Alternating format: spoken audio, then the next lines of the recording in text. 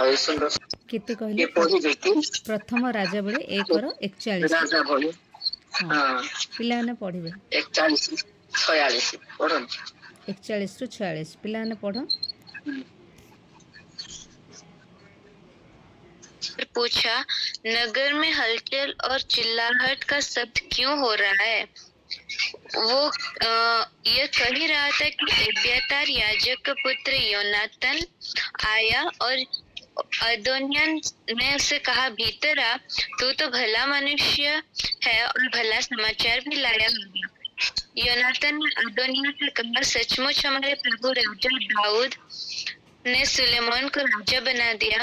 और राजा ने शाद्रोक याजक, नातान नबी और यहोयादा के पुत्र बनाया और करेतिया और पलेतियों को उसके संग भेज दिया और उन्होंने उसको राजा पर खच्चर पर चढ़ाया है। और सदोक याजक और नातान नबी ने गिहोन में उसका राज्याभिषेक किया और वे वहां से ऐसा आनंद करते हुए ऊपर गए कि नगर में हलचल मच गई। और जो सब तुमको सुनाई पड़ रही है, सुलेमान राजगद्दी पर विराज भी रहा है। आमीन। आमीन। प्रभुଙ୍କୁ ବିଶେଷ ଧନ୍ୟବାଦ କରୁଛି। ନିଶ୍ଚୟ ଏହି ସ୍ଥାନରେ ଆମେ ଓଡ଼ିଆରେ ପଢିବା। ପୁଣି ଓଦନୀୟ ଓ ତାର ସମସ୍ତ ଲୋକ ଭୋଜନ ଶେଷ କରିବା ସମୟରେ ତାହା ଶୁଣିଲେ। ଆଉ ଜୋୟାବ ତୁରୀ ଶବ୍ଦ ଶୁଣି ପଚାରିଲା, ନଗରରେ ଏହି କୋଳାହଳ ଶବ୍ଦ କାହିଁକି ହେଉଛି? ସେ ଏପରି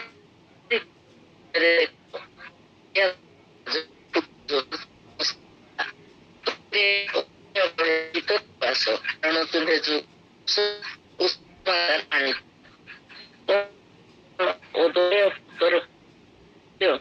ଆମ ଲାଉଦ ରାଜା ସୋଲୋମନକୁ ରାଜା କରିଅଛନ୍ତି। ପୁଣି ରାଜା ସୋଦକ ଦାଉଦ ଯାଜକଙ୍କୁ, ନାଥନ ଭବିଷ୍ୟତ ବକ୍ତାଙ୍କୁ, ଜିହୋୟାଦର ପୁତ୍ର ବନାୟକୁ, ପୁଣି କରେଥିୟ ପଲେଥିୟ ମାନଙ୍କୁ ତାଙ୍କ ସଙ୍ଗେ ପଠାଇଲେ ଓ ସେମାନେ ତାଙ୍କୁ ରାଜାଙ୍କ ନିଜ ଖଚରରେ ଆରୋହଣ କରାଇଲେ। ଆଉ ସାଦକ ଯାଜକ ନାଥନ ଭବିଷ୍ୟତ ବକ୍ତା ତାଙ୍କୁ ଗିହୋନର ରାଜାଭିଷିକ୍ତ କଲେ ଓ ସେମାନେ ସେଠାରୁ ସେଇ ଆନନ୍ଦ କରି ଆସିଲେ ଯେ ତହିଁର ଶବ୍ଦରେ ନଗର ପରିପୂର୍ଣ୍ଣ ହେଲା। ତୁମେ ମାନେ ଯାହା ଶୁଣିଲ ତାହା ସେଇ ଶବ୍ଦ। ସୋଲୋମନ ମଧ୍ୟ ରାଜ୍ୟର ସିଂହାସନରେ ବସିଅଛନ୍ତି। ଏଠି ଆମେ ଦେଖୁଛୁ ପ୍ରଭୁଙ୍କର ଯେ ସନ୍ତାନ ମାନଙ୍କ ନିମନ୍ତେ ଯେ ପ୍ରଭୁଙ୍କର କାର୍ଯ୍ୟ, ସୋଲୋମନକୁ ରାଜା କରିବା ନିମନ୍ତେ ଯୋନାଥନ, ସେଇ ଯାଜକର ପୁତ୍ର ଯୋନାଥନ ଉପସ୍ଥିତ ହେଲା। ସେଇ ସମୟରେ ସେମାନେ କୋଳାହଳ ଶବ୍ଦ ଶୁଣୁଥିଲେ। ସେଇ କୋଳାହଳ ଶବ୍ଦର ତୁରୀ ଶବ୍ଦ ଶୁଣି ନଗରରେ କି କୋଳାହଳ ବୋଲିକି ପଚାରୁଛନ୍ତି। ସେ ପଚାରିବା ସମୟରେ ଆଉ ସେମାନଙ୍କ ମଧ୍ୟରେ ପ୍ରକାଶ କରୁଛନ୍ତି। ଏଇ ସ୍ଥାନରେ ମାନେ ଦେଖୁଛୁ 43 ପଦରେ, ତହିଁର ଯୋନାଥନ ଓଦନୀୟକୁ ଉତ୍ତର କରି କହିଲା, ସତ୍ୟ ଆମମାନଙ୍କ ପ୍ରଭୁ ଦାଉଦ ରାଜା ସୋଲୋମନକୁ ରାଜା କରିଅଛନ୍ତି। ରାଜାଙ୍କର ପୁତ୍ର ସୋଲୋମନ। ସେଇ ସୋଲୋମନକୁ ନିଶ୍ଚୟ ମାନେ ଦେଖୁଛୁ ସୋଲୋମନ ରାଜାଭିଷିକ୍ତ ହେବା ଯେ ଅସମ୍ଭବ ଥିଲା, କିନ୍ତୁ ଯୋନାଥନର ଯେ ଯୋଉ ସମସ୍ତ ପରିଚର୍ଯା ଆଉ ସେମାନଙ୍କ ନିମନ୍ତେ ଯୋଉ କାର୍ଯ୍ୟ ସେ କରିଥିଲେ, ସେଇ ରାଜାଭିଷିକ୍ତ କରିଥିଲେ। ସୋଲୋମନ ରାଜା ହେବା ପରେ କଣ କରିଥିଲେ? ପ୍ରଭୁଙ୍କର ସଂକଳ୍ପ ଅନୁସାରେ ଜେରୁସାଲେମ ମନ୍ଦିର ନିର୍ମାଣ କରିବା ପାଇଁ ପ୍ରଭୁଙ୍କର ଇଚ୍ଛା ଥିଲା, ସଦାପ୍ରଭୁଙ୍କର ଇଚ୍ଛା ଥିଲା। ଦାଉଦ ରାଜା ଜେରୁସାଲେମ ମନ୍ଦିର ନିର୍ମାଣ କରିବାକୁ ଇଚ୍ଛା ଥିଲେ ମଧ୍ୟ ସଦାପ୍ରଭୁ ନିଜେ କହିଥିଲେ ଯେ ଆଉ ତୁମେ ସେଇ ମନ୍ଦିର ନିର୍ମାଣ କରି ମୋର ଗୃହ ନିର୍ମାଣ କରିପାରିବ ନାହିଁ, କିନ୍ତୁ ତୁମରି ଆଉ ପୁତ୍ର ସୋଲୋମନ ସେ ତୁମର ଗୃହ ନିର୍ମାଣ କରିବ। ଆମେ ଦେଖୁଛୁ ଦାଉଦ ଅନେକ ପରାକ୍ରମୀ ରାଜା ଥିଲେ ମଧ୍ୟ ସଦାପ୍ରଭୁଙ୍କର ମନ୍ଦିର ନିର୍ମାଣ କରିବାକୁ ସଦାପ୍ରଭୁଙ୍କର ନିର୍ଦ୍ଦେଶ ନଥିଲା। ଆଜି ଜଗତରେ ଅବଶ୍ୟ ସନ୍ତାନ ସନ୍ତତି ମାନେ ଯେ ଆମେ ଜନ୍ମ ଗ୍ରହଣ କରୁଛୁ ତାଙ୍କରି ଦତ୍ତ ପୁରସ୍କାର କରୁଛୁ। ସେଇ ଦତ୍ତ ପୁରସ୍କାର ମାନଙ୍କୁ ପ୍ରଭୁର ଯେ ସଂକଳ୍ପ, ପ୍ରଭୁର ଯେ ଇଚ୍ଛା, ଏବେ ଯେ ପିତା ସନ୍ତାନ ଏଇ ସ୍ଥାନରେ ଯୁକ୍ତ ହେଇଛନ୍ତି, ଉପସ୍ଥିତ ହେଇଛନ୍ତି, ଗୋଟେ ଗୋଟେ ସଂକଳ୍ପ ପ୍ରଭୁ ରଖିଛନ୍ତି। ପ୍ରଭୁଙ୍କର ଦୟା, ପ୍ରଭୁଙ୍କର ଅନୁଗ୍ରହ ଆଜି ଯଦି ନଥାନ୍ତା, ଆଲଫା ଏଞ୍ଜେଲ ଆମମାନଙ୍କର ପୁଅ ଯେ ନିଶ୍ଚୟ ସିଏ ମଧ୍ୟ ଏଇ ସ୍ଥାନରେ ଉପସ୍ଥିତ ହେଇଛନ୍ତି। ସୁନାପଦ ସବୁ କହିଲେ, ମୁଖସ୍ଥ ପଦ ସବୁ, ସେଇ ପଦ ସବୁ କହିବା ନିମନ୍ତେ ପୂର୍ବରୁ ନିରୂପିତ ପ୍ରଭୁ କରିଛନ୍ତି। ସେମାନଙ୍କ ନିମନ୍ତେ ଆଜି ଏଇ ସୁନ୍ଦର ସୁଯୋଗ ପାଇଛନ୍ତି। ଆମମାନେ ପ୍ରତିଟା ବିଷୟ ମାନେ ଦେଖୁଛୁ, ପ୍ରଭୁଙ୍କର ଇଚ୍ଛା ନଥିଲେ, ପ୍ରଭୁଙ୍କର ସଂକଳ୍ପ ନଥିଲେ କୋଉ କାର୍ଯ୍ୟ, କୋଉ ବିଷୟ ମଧ୍ୟ ସମ୍ଭବ ହେଇପାରେ ନାହିଁ। ଦାଉଦଙ୍କର ପୁତ୍ର ମାନେ ଥିଲେ, କିନ୍ତୁ ସୋଲୋମନକୁ ରାଜା କରିବା ପାଇଁ ପ୍ରଭୁଙ୍କର ଇଚ୍ଛା ଥିଲା। ସଦାପ୍ରଭୁଙ୍କର ଇଚ୍ଛା ଥିବା ହେତୁ ଦାଉଦଙ୍କୁ ରାଜା କରିଥିଲେ। ରାଜା କଲା ପରେ ଆଉ ଅନେକ ଲୋକଙ୍କର ଇଚ୍ଛା ନଥିଲା ଆଉ କିଏ ରାଜା ହେବା ପାଇଁ ବୋଲିକି କହୁଥିଲେ, କରିବା ନିମନ୍ତେ ସେମାନଙ୍କର ଇଚ୍ଛା ଥିଲା। କିନ୍ତୁ ସଦାପ୍ରଭୁଙ୍କର ଇଚ୍ଛା ସୋଲୋମନ ରାଜା ହେବେ ଆଉ ଜେରୁସାଲେମ ମନ୍ଦିର ନିର୍ମାଣ କରିବେ। ତାଙ୍କର ଯୋଉ ଜ୍ଞାନ ଥିଲା ଆମେ ସମସ୍ତେ ଜାଣିଛୁ। ଛୋଟ ଛୋଟ ସନ୍ତାନ ମାନେ ଅବଶ୍ୟ ବାକ୍ୟ ପାଠ କଲେ, ବାକ୍ୟରୁ ଶୁଣିଲେ ସୋଲୋମନଙ୍କର ଜ୍ଞାନ କଣ ଥିଲା। ସୋଲୋମନ ରାଜା ହେବା ପୂର୍ବରୁ ପ୍ରଭୁଙ୍କ ନିକଟରେ ସେ ରାଜା ହେବା ପରେ ପରେ ଯେ ଜ୍ଞାନ ମାଗିଥିଲେ ପ୍ରଭୁଙ୍କୁ, ନିଶ୍ଚୟ ପ୍ରକାଶ କରୁଛନ୍ତି ଯେ ଆଉ ତମର କି ପ୍ରয়োଜନ। ସଦାପ୍ରଭୁ ତାଙ୍କୁ କହୁଛନ୍ତି କଣ ତମେ ମାଗିବ ମାଗ। କିନ୍ତୁ ସୋଲୋମନ ରାଜା ନିଜେ କହିଥିଲେ ଯେ ଆଉ ମତେ ଜ୍ଞାନ ଦିଅ, ଯେହେତୁ ତାଙ୍କର ସମସ୍ତ ରାଜ୍ୟର ପ୍ରଜା ମାନଙ୍କୁ ଯେପରିକି ପରିଚାଳନା କରିବା ପାଇଁ ସେଇ ଜ୍ଞାନ ଆବଶ୍ୟକ ଥିଲା। ସେଇ ଜ୍ଞାନର ଆବଶ୍ୟକ ନିଜେ ଉପଲବ୍ଧି କରିଥିବା ହେତୁ, ଅପାରକ ବୋଲି ମନେ କରିଥିବା ହେତୁ ଈଶ୍ୱରଙ୍କ ଠାରୁ ସେଇ ଜ୍ଞାନ ମାଗିଥିଲେ। ସଦାପ୍ରଭୁ ସନ୍ତୋଷ ହେଇକି ସେଇ ସୋଲୋମନକୁ ଜ୍ଞାନ ଦେଇଥିଲେ। ଆଉ ସମସ୍ତ ଧନ ସମ୍ପତ୍ତି ସବୁ କିଛି ଯାହା ଯାହା ଆବଶ୍ୟକ ଥିଲା ରାଜାଙ୍କର, ସେଇ ସମସ୍ତ ଅନେକ ସମ୍ପତ୍ତି ଦେଇଥିଲେ, ଅନେକ ରାଜ୍ୟ ଦେଲେ, ଅନେକ ବିଷୟ ତାଙ୍କୁ ଦେଇଥିଲେ। ସେଥିର ମାଧ୍ୟମେ ଆମେ ଦେଖୁଛୁ ସୋଲୋମନ ରାଜା ସେଇ ଜ୍ଞାନ ପାଇକି ଅନେକ କାର୍ଯ୍ୟ କରିଥିଲେ। ଛୋଟ ଛୋଟ ସନ୍ତାନ ମାନଙ୍କୁ ପ୍ରଭୁ ଏଇ ସନ୍ଦେଶ ମାଧ୍ୟମରେ ଆଣୁଛନ୍ତି। ଆଉ ପ୍ରତି ରବିବାରେ ଏଇ ସଣ୍ଡେରେ ଯୋଉ ସନ୍ତାନ ମାନେ ଆସିକି କାହାଣୀ ଶୁଣୁଛନ୍ତି, ବାକ୍ୟ ଯାହା କିଛି ସୁନାପଦ କହୁଛନ୍ତି, ଆଉ ଆରାଧନା ଗୀତର ମାଧ୍ୟମରେ ପ୍ରଭୁଙ୍କର ଗୌରବ କରୁଛନ୍ତି। ସେଇ ସୁନାପଦ ମାଧ୍ୟମରେ ନିଜକୁ ସେଇ ଅଭ୍ୟସ୍ତ ହଉଛନ୍ତି ସେଇ ପଦ ମନରେ ରଖିବା ପାଇଁ। ଏଇ ଛୋଟ ଛୋଟ ଅବସ୍ଥାରେ ପ୍ରଭୁ ଏଇ ସୁନ୍ଦର ସୁଯୋଗ ସେମାନଙ୍କୁ ଦେଉଛନ୍ତି। ଯେତେବେଳେ କି ସେମାନେ ବଡ ହେବେ, ପ୍ରଭୁ ସେମାନଙ୍କୁ ଗୋଟେ ଗୋଟେ ଆଶୀର୍ବାଦର ପାତ୍ର ପାତ୍ରୀ କରିବେ। ନିଶ୍ଚୟ ପ୍ରଭୁ ଏଇ ସଂକଳ୍ପ ରଖିଛନ୍ତି ସନ୍ତାନ ମାନଙ୍କୁ।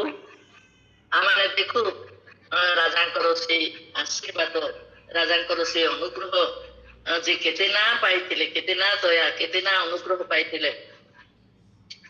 ଆଉ ସେଇ ସୋଲୋମନ ଯାହା ନିର୍ମାଣ କରିଥିଲେ ସେଇ ମନ୍ଦିର ନିର୍ମାଣ କରିବା ପରେ ତାଙ୍କର ପ୍ରାର୍ଥନା ଥିଲା, ତାଙ୍କର ବିନତି ଥିଲା ପ୍ରଭୁଙ୍କ ଠାରେ। ତାଙ୍କର ଅନୁରୋଧ ଥିଲା ଯେ ପ୍ରଭୁ ଯେପରିକି ସେ ମନ୍ଦିରେ ଉପସ୍ଥିତ ଥିବେ ଆଉ ଯେମାନେ ତାଙ୍କରି ଠାରେ ସେ ମନ୍ଦିର ଅଭିମୁଖେ ପ୍ରାର୍ଥନା କରିବେ ସେମାନେ ଆଶୀର୍ବାଦ ପାଇବେ ଆଉ ସେମାନେ ସେ ମନ୍ଦିର ଆଡେ ଯେ ଅନୁରୋଧ ପ୍ରାର୍ଥନା କଲେ ସେଇ ପ୍ରାର୍ଥନାର ଉତ୍ତର ପାଇବେ। ଆମେ ଦେଖୁଛୁ ପ୍ରଥମ ରାଜାବଳୀ 8 ପର୍ବର 28 ପଦରେ ତଥାପି ହେ ସଦାପ୍ରଭୁ ମୋ ପରମେଶ୍ୱର ତୁମ୍ଭ ଦାସ ଆଜି ତୁମ୍ଭ ନିକଟରେ ଯେଉଁ କାକୁତି ଓ ପ୍ରାର୍ଥନା ନିବେଦନ କରୁଅଛି ତାହା ଶୁଣିବା ପାଇଁ ତୁମ୍ଭେ ଆପଣା ଦାସର ପ୍ରାର୍ଥନା ଓ ବିନତିରେ ମନୋଯୋଗ କର। ଏବେ ଛୋଟ ଛୋଟ ସନ୍ତାନ ମାନେ ଯେ ଆଶା କରୁଛନ୍ତି ପିତାମାତାଙ୍କ ଠାରୁ ତାଙ୍କର ପ୍ରয়োଜନ ବିଷୟ ପାଇବା ନିମନ୍ତେ ଏବେ ସୋଲୋମନ ତାଙ୍କ ଯେ ଆଶା ଆଉ ତାଙ୍କରି ପ୍ରାର୍ଥନା ଥିଲା ପ୍ରଭୁକୁ କହୁଛନ୍ତି ହେ ସଦା ପ୍ରଭୁ ମୋ ପରମେଶ୍ୱର ତୁମ୍ଭ ଦାସ ଆଜି ତୁମ୍ଭ ନିକଟରେ ଯେଉଁ କାକୁତି ପ୍ରାର୍ଥନା ନିବେଦନ କରୁଅଛି ତାହା ଶୁଣିବା ପାଇଁ ତୁମ୍ଭେ ଆପଣା ଦାସର ପ୍ରାର୍ଥନା ଓ ବିନତିରେ ମନୋଯୋଗ କର। ଏବେ ବର୍ତ୍ତମାନ ଛୋଟ ଛୋଟ ସନ୍ତାନ ହେଲେ ମଧ୍ୟ ପ୍ରାର୍ଥନା କରିବା ଶିଖିଛନ୍ତି ପିତାମାତାର ଯୋଉ ଶିକ୍ଷା ଅନୁସାରେ ସ୍କୁଲ ମାଧ୍ୟମରେ ଏବେ ଏହି ସ୍ଥାନରେ ଉପସ୍ଥିତ ହେଇଛନ୍ତି ସେମାନେ ବାକ୍ୟ ଶ୍ରବଣ କରୁଛନ୍ତି ପ୍ରାର୍ଥନା କରିବା ମଧ୍ୟ ଶିଖୁଛନ୍ତି ଜଣେ ଜଣେ ପ୍ରାର୍ଥନା କରିବା ପାଇଁ ଆଣ୍ଠୁ ପାତୁଛନ୍ତି ଆଉ ପ୍ରାର୍ଥନାରେ ମଧ୍ୟ ମନୋଯୋଗୀ ହେଉଛନ୍ତି। ଯେପରିକି ସୋଲୋମନ ପ୍ରାର୍ଥନା ଅନୁରୋଧ କରିଥିଲେ ମୁଁ ଅନୁରୋଧ କରୁଛି କାକୁତି କରୁଛି ନିବେଦନ କରୁଛି ମୋ ପ୍ରାର୍ଥନା ଏଇ ଦାସର ପ୍ରାର୍ଥନା ଓ ବିନତିରେ ମନୋଯୋଗ କର। ପ୍ରଭୁଙ୍କ ଠାରେ ଏଇ ଅନୁରୋଧ ଏଇ ବିନତି ସେ ମାଗିଥିଲେ ଆଉ ପୁଣି ଯେଉଁ ସ୍ଥାନ ବିଷୟରେ ତୁମେ କହିଅଛ ଏଇଠାରେ ଆମ୍ଭ ନାମ ରହିବ ସେଇ ସ୍ଥାନ ଅର୍ଥାତ୍ ଏଇ ଗୃହ ପ୍ରତି ତୁମର ଚକ୍ଷୁ ଦିବାରାତ୍ର ମୁକ୍ତ ଥାଉ ଏଇ ସ୍ଥାନ ଅଭିମୁଖରେ ତୁମ ଦାସ ଯାହା ପ୍ରାର୍ଥନା କରିବ ତାହା ଶୁଣ। ଏଇଟା ସୋଲୋମନ ରାଜା ବିନତି ଅନୁରୋଧ ପ୍ରଭୁଙ୍କ ଠାରେ ସଦାପ୍ରଭୁଙ୍କ ଠାରେ ଅଳି କରିଥିଲେ ଦାବି କରିଥିଲେ ସେଥି ଯୋଗୁ ଆମେ ଦେଖୁଛୁ ଦାନିଏଲ ଦିନକୁ 3 ବାର ସେଇ ଝରକା ଖୋଲି ଜେରୁସାଲେମ ମନ୍ଦିର ଆଡେ ଅଭିମୁଖ କରି ପ୍ରାର୍ଥନା କରୁଥିଲେ ତାଙ୍କରି ପ୍ରାର୍ଥନା ସଦାପ୍ରଭୁ ଶୁଣିଥିଲେ ଆଉ ସେଇ ସିଂହର ମୁଖରୁ ମଧ୍ୟ ସେ ଯେତେବେଳେ ସେ ପ୍ରାର୍ଥନା କରୁଥିଲେ 3 ବାର ସେ ପ୍ରାର୍ଥନା ଶୁଣିଥିଲେ ଆଉ ସିଂହର ମୁଖରୁ ମଧ୍ୟ ଦାନିଏଲକୁ ରକ୍ଷା କରିଦେଇଥିଲେ। ଜେରୁସାଲେମ ମନ୍ଦିରରେ ପ୍ରଭୁ ନିଜେ ଦିବାରାତ୍ର ତାଙ୍କର ଚକ୍ଷୁ ମୁକ୍ତ ପ୍ରଭୁ ବୋଲିକି ସେ ଅନୁରୋଧ କରିଥିଲେ ଆଉ ଯୋଉ ପ୍ରାର୍ଥନା ଯୋଉ ବିନତି ଯୋଉ ନିବେଦନ ଆମେ କରିବୁ ଆଉ ସେଇ ପ୍ରାର୍ଥନା ତୁମେ ତାହା ଶୁଣ ବୋଲିକି ସେଠି ସୋଲୋମନ ରାଜା ଅନୁରୋଧ କରିଥିଲେ। ସେଥିପାଇଁ ପ୍ରଭୁଙ୍କର ଦୟା ପ୍ରେମ ଅନୁରୂପ ଆମେ ଦେଖିପାରୁଛୁ ଯେମାନେ ପ୍ରାର୍ଥନା କରିଛନ୍ତି ଆଉ ଛୋଟ ଛୋଟ ସନ୍ତାନ ମାନେ ଅବଶ୍ୟ ପିତା ମାତାର ଅବାଧ୍ୟ ହଉଛନ୍ତି ପିତାମାତାର କଥା ଶୁଣୁନାହାନ୍ତି କି ନହେଲେ ବାକ୍ୟ ପାଠ କରୁନାହାନ୍ତି କି ପ୍ରାର୍ଥନା କରୁନାହାନ୍ତି ପିତାମାତା କହୁଛନ୍ତି ପ୍ରାର୍ଥନା କରିବ ବାକ୍ୟ ପାଠ କରିବ ଆଣ୍ଠୁ ପାତିକି ନିବେଦନ ଅନୁରୋଧ କରିବ ପ୍ରଭୁ ଯୀଶୁଙ୍କୁ ନିଜେ ଆଉ ଯାହା ଆବଶ୍ୟକତା ପ୍ରয়োଜନତା ପିତାମାତାକୁ ମାଗୁଛ ଯେପରିକି ପ୍ରଭୁ ଯୀଶୁଙ୍କୁ ମଧ୍ୟ ତୁମେ ମାଗିବା ପାଇଁ ଶିକ୍ଷା ଦେଉଛନ୍ତି ପିତାମାତା ସେଇ ଭାବେ ସେଇ ଅନୁରୋଧ ସେଇ ନିବେଦନ ପ୍ରଭୁଙ୍କ ଠାରେ ଆଣ୍ଠୁପାତି କରିଥିଲେ ପ୍ରଭୁ ସେଇ ଆଶୀର୍ବାଦ ପ୍ରଭୁ ସଦା ସର୍ବଦା ତାଙ୍କର ଚକ୍ଷୁ ମୁକ୍ତ କରିଛନ୍ତି ଆଉ ଛୋଟ ଛୋଟ ସନ୍ତାନ ମାନେ ସେଇ ଓଷ୍ଠାଧରରେ ସେଇ ଛୋଟ ପାଟିରେ ପ୍ରଭୁଙ୍କର ନିକଟେ ଅନୁରୋଧ କଲେ ଯାହା ବିନତି କଲେ ମଧ୍ୟ ଯାହା ପ୍ରାର୍ଥନା କଲେ ମଧ୍ୟ ପ୍ରଭୁ ଶୁଣିବା ତାଙ୍କର ସେଇ ସ୍ୱର୍ଗର ସିଂହାସନରେ ଥାଇକି ଚକ୍ଷୁ ମେଲି କର୍ଣ୍ଣ ଡେରି ତାଙ୍କର ହସ୍ତ ଉତ୍ତୋଳନ କରିକି ସେଇ ପ୍ରାର୍ଥନା ଶୁଣିବା ପାଇଁ ଚାହିଁ ବସିଛନ୍ତି। ସେଥିପାଇଁ ଆଜି ଆମେ ଶିକ୍ଷା କରୁ ପ୍ରଭୁଙ୍କ ନିକଟରେ ଆମେ ଅନୁରୋଧ କରୁ ଯେପରିକି ସୋଲୋମନ ରାଜା ହେଲେ ମଧ୍ୟ ଆଜି ରାଜ୍ୟର ସମସ୍ତ ଧନ ସମ୍ପତ୍ତି ଥିଲେ ମଧ୍ୟ ପ୍ରଭୁଙ୍କୁ ଭୟ କରିଥିଲେ ଆଉ ରାଜ୍ୟର ରାଜା ବୋଲିକି ସେ ପ୍ରଭୁଙ୍କ ଠାରେ ଯେ ନିର୍ଭର ନ କରିକି ରହିନାହାନ୍ତି। ସବୁ ତ ରାଜ୍ୟ ପାଇଛି, ସବୁ ତ ଧନ ସମ୍ପତ୍ତି ପାଇଛି, ପ୍ରଭୁଙ୍କୁ ଭୟ କରିବାର କି କାରଣ ସେଇଟା ବୋଲି ନାହାନ୍ତି। କିନ୍ତୁ ପ୍ରଭୁଙ୍କୁ ଭୟ କରିଥିଲେ, ପ୍ରଭୁଙ୍କ ନିକଟରେ ପ୍ରାର୍ଥନା କରିଥିଲେ, ସେ ମନ୍ଦିରରେ ସେ ଅନୁରୋଧ କରିଥିଲେ, ନିବେଦନ କରିଥିଲେ ମନ୍ଦିରରେ ଯେମାନେ ଏ ମନ୍ଦିର ଅଭିମୁଖେ ବିନତି କରନ୍ତି ସେମାନଙ୍କୁ ମଧ୍ୟ ତୁମେ ଆଶୀର୍ବାଦ କର। ଯେମାନେ ଏ ମନ୍ଦିର ଅଭିମୁଖରେ ଯାହା ଯାହା ଆଶା କରି ପ୍ରାର୍ଥନା କରିବେ ସେଇ ପ୍ରାର୍ଥନା ଶୁଣ। ତୁମେ ସେମାନଙ୍କୁ କ୍ଷମା ଦିଅ। ପାପ ସ୍ୱୀକାର କଲେ ସେ ମନ୍ଦିର ଆଡେ ଅନୁରୋଧ କରି ପାପ ସ୍ୱୀକାର କରେ ଯେ ମୁଁ ପାପୀ, ମତେ କ୍ଷମା କର ବୋଲିକି ଯଦି କହିବେ ସେମାନଙ୍କୁ ତୁମେ କ୍ଷମା କର। ଏଇଟା ବାକ୍ୟରେ ଲେଖିଛନ୍ତି। ନିଶ୍ଚୟ ଏଇ ମନ୍ଦିର ଗୋଟେ ଆମମାନଙ୍କ ନିମନ୍ତେ ଅଦ୍ୱିତୀୟ। ସୋଲୋମନ ରାଜା ସେଇ ମନ୍ଦିର ତିଆରି କରିଥିଲେ। ସେଇ ମନ୍ଦିରରେ ଅନେକ ଆଶୀର୍ବାଦ ରହିଛି, ଅନୁଗ୍ରହ ରହିଛି। ସେଇ ମନ୍ଦିର ଆଡେ ଅଭିମୁଖ କରି ଆମମାନେ ମଧ୍ୟ ଏଇ ଛୋଟ ଛୋଟ ଅବସ୍ଥାରେ ପିଲାମାନଙ୍କର ଜୀବନ ନିଶ୍ଚୟ ସେ ମନ୍ଦିର ଅଭିମୁଖେ ଜେରୁସାଲେମ ମନ୍ଦିର ଆମମାନଙ୍କ ନିମନ୍ତେ ଅଦ୍ୱିତୀୟ। ସେଇ ମନ୍ଦିରରେ ଯୀଶୁଖ୍ରୀଷ୍ଟ ଜନ୍ମ ହେଲା ପରେ 8 ଦିନରେ 8ମ ଦିନରେ ଯେ ପ୍ରାର୍ଥନା କରିବାକୁ ଯାଇଥିଲେ, ତାଙ୍କର ପିତାମାତା ନେଇକି ପ୍ରଭୁ ଯୀଶୁଙ୍କୁ ସେଇ 8ମ ଦିନର ସୁନ୍ନତ କରିବାକୁ ନେଇଥିଲେ ସେଇ ମନ୍ଦିରକୁ। ସେଇ ମନ୍ଦିରରେ ସୁନ୍ନତ କଲା ବେଳେ ନିଶ୍ଚୟ ଆମେ ଦେଖୁଛୁ ସେଇ ସୁନ୍ନତ ଦିନ ହାନା ଥିଲେ, ଆଉ ଆମେ ଦେଖୁଥିଲୁ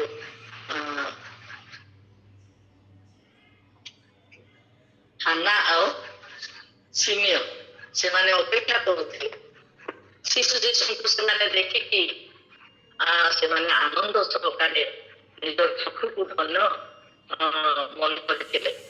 ଦିବାରାତି ସେଇ ମନ୍ଦିରରେ ଥାଇକି ସେମାନେ ଅପେକ୍ଷା କରୁଥିଲେ। ପ୍ରଭୁ ଯୀଶୁ ଜନ୍ମ ହେଲା ପରେ 8ମ ଦିନ ଯାଇଥିଲେ, ତାଙ୍କୁ ସୁନ୍ନତ କରିବା ପାଇଁ ତାଙ୍କର ପିତାମାତା ନେଇଥିଲେ ଛୋଟ ସନ୍ତାନ। 8 ଦିନରେ ସେ ମନ୍ଦିରକୁ ନେଇକି ସୁନ୍ନତ କରିଥିଲେ ବିଧି ଅନୁସାରେ। ଶିଶୁ ମାନଙ୍କର ନିମନ୍ତେ ସେଇ ବିଧି ଥିଲା। ଯୋସେଫ ମରିୟମ ଯୀଶୁଖ୍ରୀଷ୍ଟଙ୍କୁ ନେଇକି ସେମାନେ ସୁନ୍ନତ କରିଥିଲେ। ସେଥିରେ ସିମିୟନ ତାଙ୍କର ଚକ୍ଷୁ ଧନ୍ୟ ହେଇଯାଇଥିଲା, ଆଉ ସେ ଅପେକ୍ଷା କରୁଥିଲେ ସେଇ ଶିଶୁକୁ ଦେଖିକି କୋଳରେ ନେଇ ସେ ଆଶୀର୍ବାଦ କରିଥିଲେ। ଆଉ ତାପରେ ତାଙ୍କର ମୃତ୍ୟୁ ହେଇଥିଲା। ସେ ହାନା ମଧ୍ୟ ତାର ଜୀବନରେ ମଧ୍ୟ ସେ 84 ବର୍ଷ ପର୍ଯ୍ୟନ୍ତ ଅପେକ୍ଷା କରିଥିଲେ ସେ ସ୍ଥାନରେ। ପ୍ରଭୁ ଏଇ ମନ୍ଦିରରେ এই ଆଶୀର୍ବାଦର କାର୍ଯ୍ୟ ସବୁ କରିଥିଲେ, ଅନୁଗ୍ରହ କରିଥିଲେ। ଆମମାନଙ୍କ ନିମନ୍ତେ ମଧ୍ୟ ଏଇ ପଥ ରହିଛି, ଆମମାନଙ୍କ ନିମନ୍ତେ ମଧ୍ୟ ଆଶୀର୍ବାଦ ରହିଛି। ସେଥିପାଇଁ ଦାଉଦ ରାଜା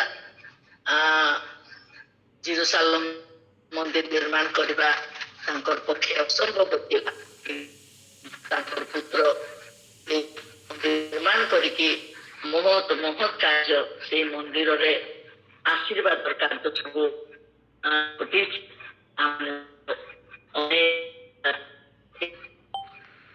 ବାକ୍ୟର ଭିତରେ ଦେଖୁଛୁ ପ୍ରଭୁଙ୍କୁ ଏଇ ସୁନ୍ଦର ସୁନ୍ଦର କଥା ପ୍ରକାଶ କରିଛନ୍ତି। ଆଉ ବାକ୍ୟ ପଢି ପଢି ଏଇ କାହାଣୀ ସବୁ ମନେ ରଖି ପ୍ରଭୁଙ୍କର ଗୌରବ ନିମନ୍ତେ ସଦା ସର୍ବଦା ପ୍ରଭୁକୁ ଭୟ କରିବେ, ପ୍ରଭୁଙ୍କୁ ପ୍ରାର୍ଥନା କରିବେ। ଯାହା ଆବଶ୍ୟକ, ଯାହା ପ୍ରয়োଜନ, ପିତାମାତାକୁ ଯେପରିକି ଆମେ ନିବେଦନ କରୁଛୁ, ଅନୁରୋଧ କରୁଛୁ, ମତେ ଏଇଟା ପ୍ରয়োଜନ, ମତେ ଏଇଟା ଦରକାର। ଆଜି ପିଲାମାନଙ୍କର ମଧ୍ୟ ଯାହା ଆବଶ୍ୟକତା ରହିଛି ସେଇଟା ସଦାପ୍ରଭୁଙ୍କୁ ମଧ୍ୟ ଆଣ୍ଠୁପାତି ପ୍ରାର୍ଥନା କଲେ ଛୋଟ ଛୋଟ ସନ୍ତାନ ମାନଙ୍କୁ ପ୍ରଭୁ ଜ୍ଞାନ ଦେବେ, ବୁଦ୍ଧି ଦେବେ। ଆଉ ସଦାପ୍ରଭୁର ଭୟର ଜ୍ଞାନ ଏଇ ବାକ୍ୟର ଭିତରେ ରହିଛି। ବାକ୍ୟ ପାଠ କରୁଥିଲେ ଭୟର ଆତ୍ମା ମଧ୍ୟ ଛୋଟ ସନ୍ତାନ ମାନଙ୍କୁ ସଦାପ୍ରଭୁ ଅତି ପ୍ରେମ କରନ୍ତି। ଯୀଶୁ ବାପା ମଧ୍ୟ ଆମେ ଦେଖୁଛୁ ଗୋଟେ ଗୋଟେ ଫଟୋରେ ନିଜର କୋଳରେ ଧରିକି ଫଟୋ ଉଠେଇଛନ୍ତି। ଆଉ ଚାରି ଚତୁର୍ଦିକେ ଛୋଟ ଛୋଟ ସନ୍ତାନ ମାନେ ତାଙ୍କରି କଥା ଶୁଣୁଛନ୍ତି, ତାଙ୍କ ନିମନ୍ତେ ଯୀଶୁ ବାପା କଥା କହୁଛନ୍ତି। ଆଜି ଏଇ ଛୋଟ ଛୋଟ ସନ୍ତାନ ମାନେ ଏଇ ସନ୍ତାନ ଯେ ଏଇ ସମୟଟା ଦେଇଛନ୍ତି ଏଥିପାଇଁ ପ୍ରଭୁଙ୍କୁ ମୁଁ ଧନ୍ୟବାଦ ଦେଉଛି। ଯେତେ ସନ୍ତାନ ମାନେ ଆସିପାରି ନାହାନ୍ତି ସେମାନଙ୍କୁ ମଧ୍ୟ ଆମେ ସ୍ମରଣ କରୁ। ପ୍ରଭୁ ଦୟାକରି ସେ ସଲୋମନକୁ ଯୋଉ ଜ୍ଞାନ ଦେଇଥିଲେ, ଯୋଉ ବୁଦ୍ଧି ଦେଇଥିଲେ, ଯୋଉ ଆଶୀର୍ବାଦ କରିଥିଲେ, ଏଇ ସନ୍ତାନ ମାନଙ୍କୁ ମଧ୍ୟ ସେ ଆଉ ଏଇ ସନ୍ତାନ ମାନେ ମଧ୍ୟ ଅନୁରୋଧ କରିକି ପ୍ରାର୍ଥନା କରୁଥିଲେ, ଅନୁରୋଧ କରିଥିଲେ, ପ୍ରଭୁର କାର୍ଯ୍ୟ ନିମନ୍ତେ ଅଗ୍ରସର ହେଇଥିଲେ। ରାଜା ହେଲେ ମଧ୍ୟ ପ୍ରଭୁକୁ ଭୟ କରିଥିଲେ ଆଉ ପ୍ରଭୁଙ୍କ ଠାରେ ଅନୁରୋଧ ପ୍ରାର୍ଥନା କରି ସମସ୍ତ କିଛି ସେ ପାଇଥିଲେ, ଜ୍ଞାନ ପାଇଥିଲେ। ଜ୍ଞାନ ମାଗିଥିବାରୁ ସବୁ କିଛି ସଦାପ୍ରଭୁ ସନ୍ତୋଷ ହେଇକି, ନିଶ୍ଚୟ ଜଗତର ବିଷୟ ସେ ମାଗି ନାହାନ୍ତି କିନ୍ତୁ ତାଙ୍କରି ଲୋକମାନଙ୍କୁ ପରିଚାଳନା କରିବା ନିମନ୍ତେ ଜ୍ଞାନ ମାଗିଥିବା ଏକୁ ସବୁ କିଛି ସଲୋମନକୁ ଦାନ କରିଥିଲେ। ତାଙ୍କ ଦୟା ପ୍ରେମ ଅନୁଗ୍ରହ ସଲୋମନ ନିମନ୍ତେ ଉପହାର ଥିଲା। ତାଙ୍କ ହୃଦୟ ସେ ଦେଖିଥିଲେ। ଏବେ ଛୋଟ ଛୋଟ ଅନ୍ତଃକରଣ ପ୍ରଭୁ ଦେଖୁଛନ୍ତି, କାହାର କି ଆଶା, କାହାର କି କ୍ଷୁଧା ତୃଷା, ପ୍ରଭୁଙ୍କ ନିମନ୍ତେ କେତେ ଦୂର ଭୟ ଭକ୍ତି ରହିଛି ଆଉ ନିର୍ଭରତା ରହିଛି, ଆଉ ଆଶୀର୍ବାଦ ପାଇବା ନିମନ୍ତେ ପ୍ରାର୍ଥନା କିଏ କେତେଟା କରୁଛନ୍ତି, ପ୍ରଭୁ ସେଇଟା ଦେଖୁଛନ୍ତି। ସେଥିପାଇଁ ଛୋଟ ଛୋଟ ସନ୍ତାନ ମାନଙ୍କୁ ମୁଁ ବିଶେଷ କରି ଯେ ଏଇ ସଲୋମନ ରାଜା ସଦୃଶ ଯେପରିକି ତାଙ୍କରି ନିକଟରେ ଭୟ କରିବେ, ଜ୍ଞାନ ମାଗିବେ, ଆଉ ସଦାପ୍ରଭୁର ଭୟ ଯେ ଜ୍ଞାନର ଆରମ୍ଭ, ଏଥିପାଇଁ ତାଙ୍କୁ ଭୟ କରି ଆଜି ସଦାସର୍ବଦା ତାଙ୍କ ନିକଟରେ ସମର୍ପିତ ହେବେ। ଧନ୍ୟ ପ୍ରଭୁ, ଧନ୍ୟ ତାଙ୍କରି ନାମ। ଏଇ ଛୋଟ ବାକ୍ୟରେ ପ୍ରଭୁ ଆଶୀର୍ବାଦ କରନ୍ତୁ। ଯାହା କିଛି ଭୁଲ ଭାଲ ପ୍ରଭୁ କ୍ଷମା କରନ୍ତୁ, ଆପଣ ମାନେ ମତେ କ୍ଷମା କରନ୍ତୁ। ଆମେନ୍।